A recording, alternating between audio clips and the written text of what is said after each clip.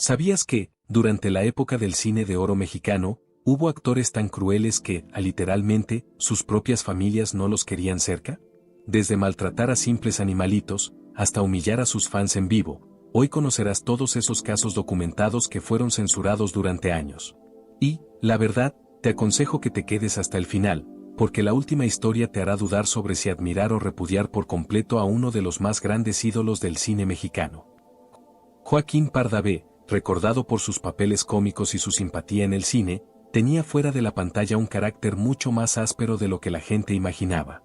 En su barrio, quienes lo conocían de cerca sabían que su paciencia era tan corta como su capacidad para perdonar lo que él consideraba una falta de respeto.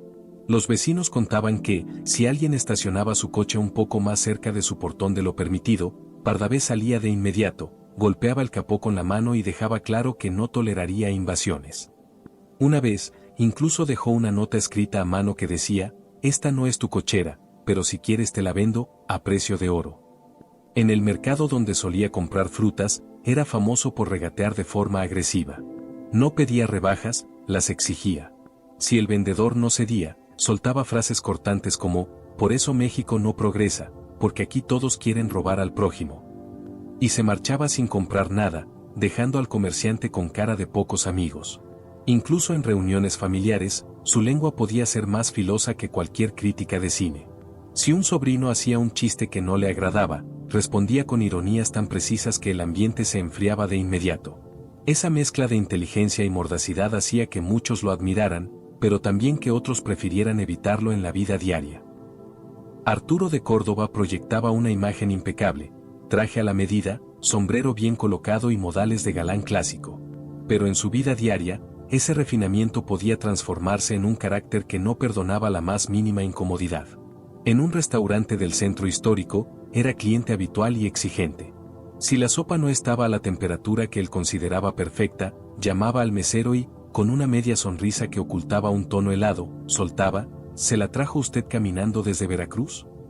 La mesa entera quedaba en silencio y el camarero corría a cambiar el plato. Sus vecinos en Polanco recordaban que Arturo cuidaba obsesivamente el aspecto de su jardín, y que no dudaba en reprender a quien dejara hojas secas caer de su árbol hacia su propiedad. Una tarde, vio a un niño pateando un balón que cayó en su jardín. Le devolvió la pelota, pero antes de entregarla, dijo: "Aquí las cosas se devuelven, solo una vez". El mensaje quedó claro: no habría segunda oportunidad. En las reuniones sociales, si alguien intentaba interrumpirlo mientras hablaba, respondía con frases que parecían elegantes pero dejaban un sabor amargo, como: "Qué gusto que tengas tantas ganas de hablar, pero espera a que terminen los que saben del tema". Ese tipo de comentarios, siempre envueltos en cortesía, lograban el efecto de un portazo en la cara. Germán Valdés, Tintán, era famoso por su carisma y su sonrisa fácil, pero en su vida diaria también tenía un lado que pocos se atrevían a enfrentar. Aunque era querido por muchos, cuando algo lo irritaba, su ingenio podía transformarse en un arma punzante. En su barrio, se decía que no toleraba que lo despertaran temprano. Una vez, un grupo de mariachis pasó tocando a las 7 de la mañana por la calle donde vivía. Tintán salió en bata, aplaudió sarcásticamente y les gritó: "Muy bonito, pero yo pago por dormir, no por serenatas gratis". Luego les lanzó unas monedas al suelo para que se compraran un reloj. En las cantinas que frecuentaba, su humor podía volverse ácido si sentía que alguien quería hacerse el gracioso a su costa. Si un desconocido le soltaba una broma floja, él respondía con un chiste tan afilado que dejaba al otro sin ganas de seguir la conversación. Era su manera de marcar territorio sin perder la sonrisa. Incluso con amigos cercanos, si alguno se aprovechaba de su generosidad, podía cortar el vínculo de raíz. Un compañero de fiestas contó que, después de prestarle dinero y no recibirlo de vuelta, Tintán lo saludó en público con un: "¿Cómo estás, inversionista? Ya ves que en tus negocios siempre pierdo yo". La risa de los presentes fue un recordatorio incómodo para el deudor. En su vida diaria, Tintán no necesitaba levantar la voz para dejar claro que no se dejaba de nadie. Bastaban su ingenio, su mirada y un par de palabras precisas para cambiar el ánimo de todo un lugar. Antonio Aguilar, ícono de la música ranchera y del cine, era admirado por su talento y su porte de charro elegante. Sin embargo, bajo ese sombrero impecable habitaba un hombre que no perdonaba fácilmente y que, tanto en la vida cotidiana como en los rodajes, sabía dejar claro cuando alguien lo había cruzado. En una ocasión, durante una grabación en exteriores, un sonidista movió un micrófono en plena toma para evitar el ruido del viento. Aguilar, interrumpiendo su actuación, le dijo en voz alta: "No vuelvas a tocar mi espacio sin avisar". El equipo entero entendió que la advertencia iba en serio, y el joven técnico evitó acercarse a él el resto de la filmación. Pero su dureza no se quedaba en el trabajo. En su rancho, era extremadamente cuidadoso con sus caballos. Si algún invitado intentaba montarlo sin permiso, podía expulsarlo de la propiedad de inmediato. Uno de sus primos recordaba que, durante una reunión familiar, un joven entró al corral y acarició a uno de los animales. Aguilar lo tomó del hombro y le dijo, con una calma intimidante: "Aquí lo que se toca sin permiso se paga, y caro". El muchacho no volvió a acercarse a los establos. Ese carácter protector y orgulloso lo acompañaba en cada aspecto de su vida. Quienes lo trataban sabían que, si te ganaba su confianza, te abría las puertas de su mundo, pero si cometías un error, esas puertas se cerraban con un portazo que no se volvía a abrir. Mario Moreno, Cantinflas, era considerado el amigo de todos en su imagen pública. Pero en su vida diaria, había momentos en los que esa calidez desaparecía, dando paso a un carácter más seco y directo. En su colonia, era conocido por tener una rutina muy marcada. Si alguien interrumpía su caminata matutina para pedirle una foto o conversación, no dudaba en decir: "Hoy no es día de fotos, joven", y seguir su paso sin mirar atrás. Aunque para algunos era comprensible, otros lo sentían como un portazo inesperado. También se decía que era extremadamente celoso con su tiempo libre. En una ocasión, durante un almuerzo en un restaurante, un admirador se acercó para contarle un chiste creyendo que lo haría reír. Cantinflas lo escuchó sin sonreír y respondió: "Se nota que no es su oficio, compadre". Luego volvió a su plato como si nada hubiera pasado, dejando al hombre petrificado. En su círculo cercano, si alguien lo llamaba más de 2 veces por un mismo asunto, podía contestar con ironía: "¿Es que ya no sabe usar el reloj o es que quiere que se lo preste yo?". Ese tipo de frases, dichas con tono serio, dejaban claro que la paciencia no era su punto más fuerte cuando sentía que invadían su espacio personal. Aunque para el público era el comediante que defendía al pueblo, en la intimidad Cantinflas cuidaba celosamente sus límites, y quien no los respetaba se llevaba una respuesta que difícilmente olvidaba. Pedro Armendáriz, conocido por su porte firme y su carácter recio, no solo imponía respeto en las pantallas. En su vida diaria, ese temple se sentía en cada interacción, incluso en los momentos más simples. Vivía en una casa de fachada elegante y cuidada al detalle. Un día, un vendedor ambulante dejó un par de cajas recargadas sobre su portón mientras acomodaba su mercancía. Armendáriz salió, levantó una ceja y dijo: "Aquí no es bodega, muchacho". Sin esperar respuesta, apartó las cajas con un empujón y cerró el portón con llave. El vendedor no volvió a pasar por esa acera. Era igual de estricto con el ruido. Si en la madrugada escuchaba música alta desde alguna fiesta cercana, no dudaba en presentarse en la puerta y, con voz grave, soltar: "Bájenle, o yo se las bajo". Nadie se atrevía a ponerlo a prueba. En las tiendas del barrio, exigía que le dieran las cuentas exactas. Si el cambio estaba mal por un par de centavos, pedía que lo corrigieran de inmediato. Una vez, al recibir menos, comentó con tono firme: "No es el dinero, es la costumbre, y las costumbres malas se corrigen pronto". Pedro Armendáriz podía ser cordial con quien respetara sus límites, pero si alguien los cruzaba, su respuesta era tan directa que no dejaba espacio para la réplica. Joaquín Cordero, el hombre que controlaba cada detalle. En la vida diaria, Joaquín Cordero era tan meticuloso como en sus personajes, y esa obsesión por el orden podía transformarse en dureza cuando algo no encajaba con sus estándares. En una ocasión, un vecino organizó una comida comunitaria e invitó a Cordero. Cuando llegó, notó que la mesa estaba puesta de manera irregular, los cubiertos no estaban alineados. Sin pedir permiso, empezó a mover platos y copas mientras decía: "Si se va a recibir gente, que sea con dignidad". El anfitrión, incómodo, dejó que terminara de reorganizar todo antes de continuar con la reunión. También era muy estricto con el trato que recibía en las tiendas. En una panadería, pidió un bolillo bien dorado y el dependiente le entregó uno más claro.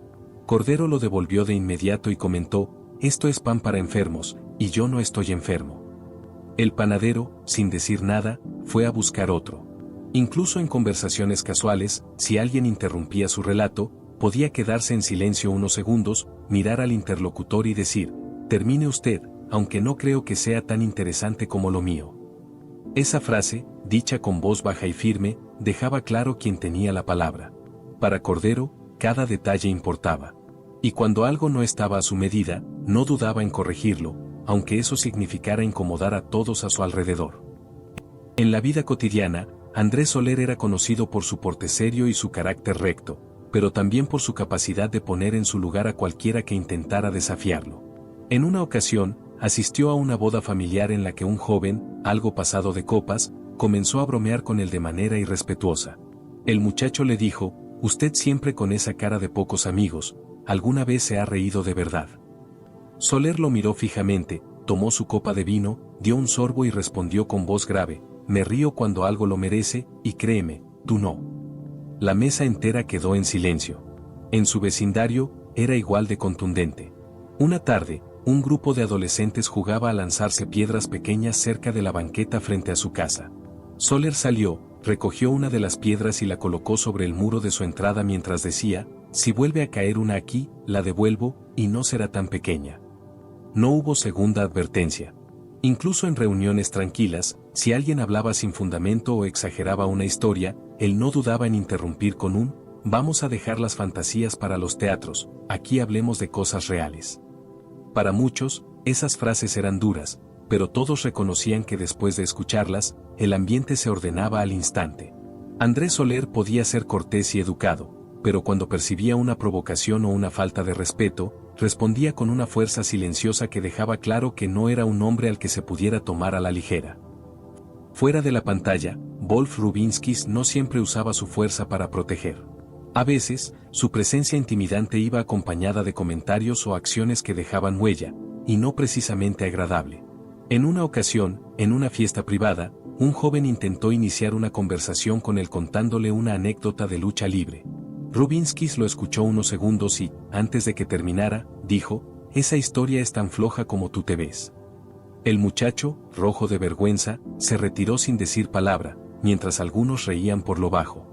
En el café que solía frecuentar, tenía la costumbre de probar la paciencia de los meseros.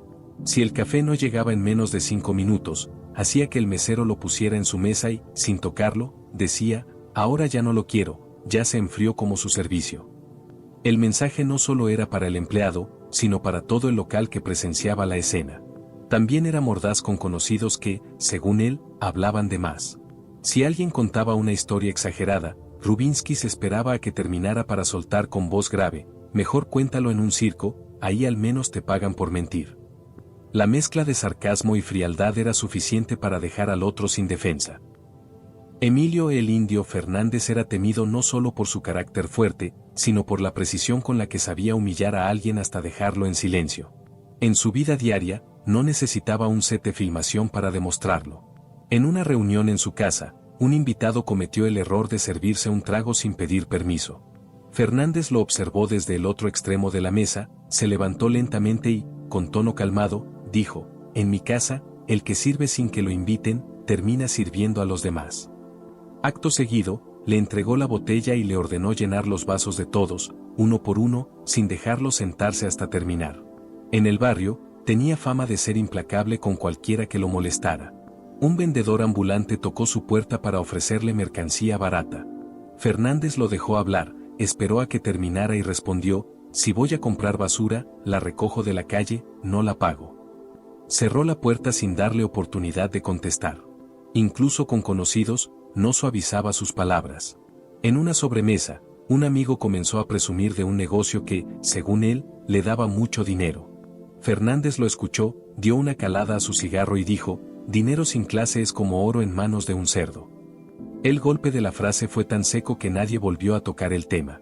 Emilio el Indio Fernández tenía un talento especial para destruir el orgullo de cualquiera, y lo hacía con un control y una frialdad que, para muchos, era más temible que cualquier grito. Carlos López Moctezuma, famoso por encarnar a los antagonistas más fríos del cine de oro, llevaba ese mismo carácter a su vida diaria, donde sus interacciones podían ser tan duras como las de sus papeles. Una tarde, en una reunión en casa de un conocido, un invitado se acercó a estrecharle la mano mientras sostenía un cigarro encendido.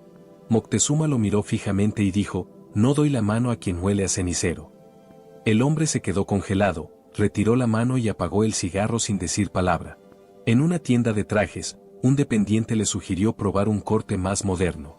Moctezuma, sin siquiera tocar la tela, replicó: no necesito verme moderno para que me respeten, pero tú sí necesitas aprender a medir a tus clientes. La frase dejó al joven sin respuesta. Incluso en reuniones sociales, podía lanzar comentarios que cortaban el ambiente. Si alguien intentaba contarle un chiste y no lo encontraba gracioso, decía: la próxima vez, ensaya, así no me haces perder el tiempo. Luis Aguilar, el carismático charro que enamoraba al público con su sonrisa y su voz, tenía fuera de la pantalla un carácter mucho menos complaciente. En su vida cotidiana, la simpatía que proyectaba podía desaparecer en segundos si algo no encajaba con sus estándares de respeto o tradición.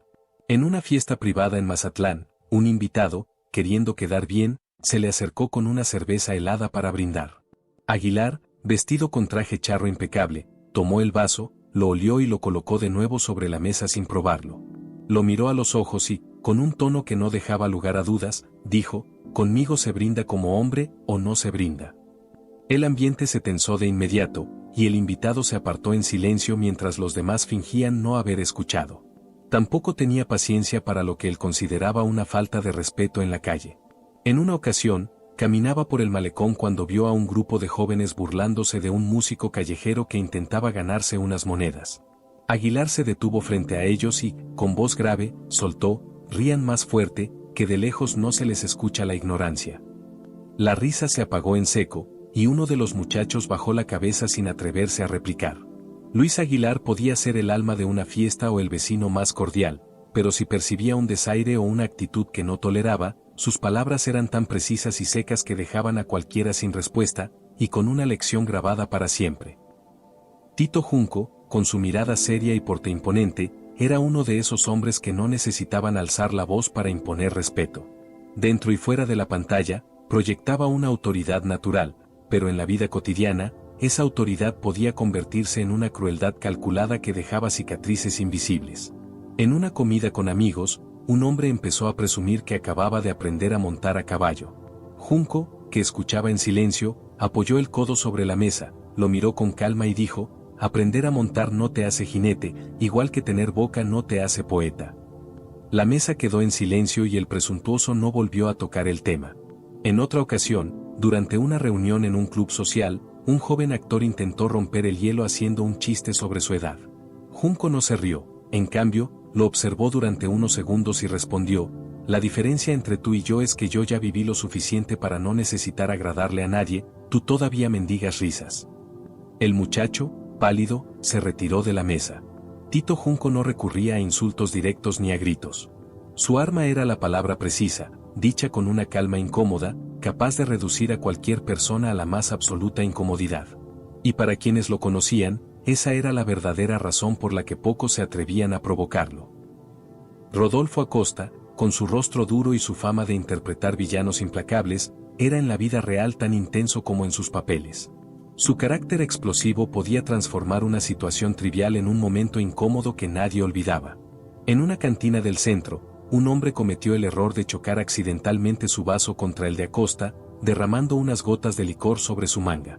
El actor lo miró fijo, tomó la servilleta del mostrador y, en lugar de limpiar su ropa, se la lanzó al pecho diciendo: para que aprendas a beber sin babearte.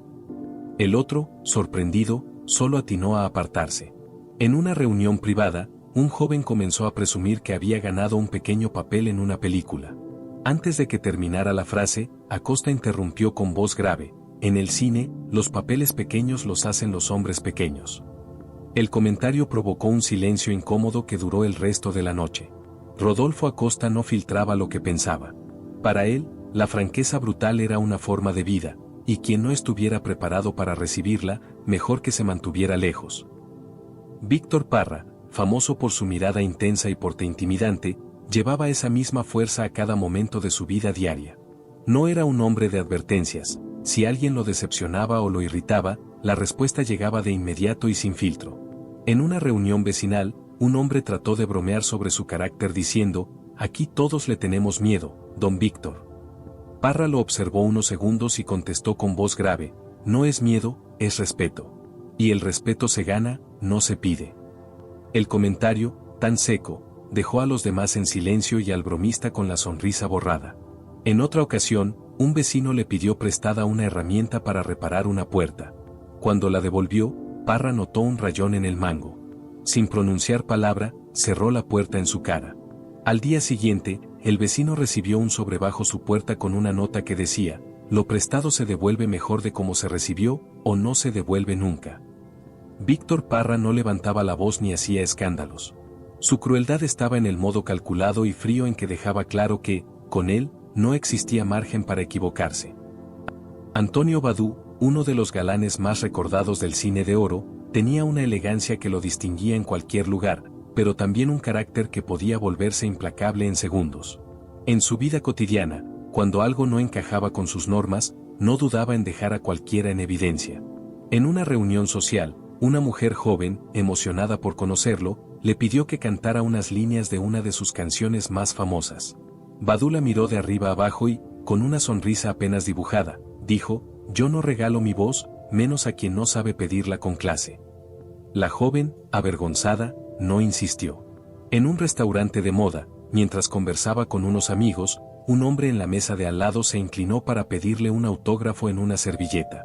Badú tomó la servilleta, la dobló cuidadosamente y se la devolvió diciendo: las servilletas son para limpiarse la boca, no para ensuciar mi nombre.